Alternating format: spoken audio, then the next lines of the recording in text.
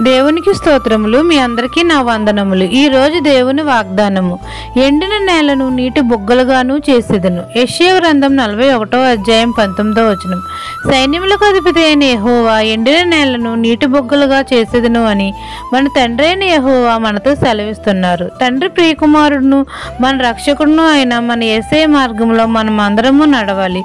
అప్పుడు తండ్రి మన యందు సంతోషించి మన దప్పిక తీరుస్తాడు. మన తండ్రి మన చేయి విడువడు. ఆయన దక్షిణహస్తం ఎల్లప్పుడూ మనకు తోడుగా ఉంటుంది.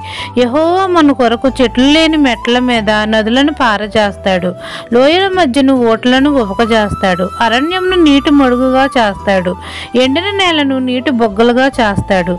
నీళ్ళు లేని ఎడారిలో నీటి బొగ్గలను పారజేసి మన దాహం తీరుస్తాడు.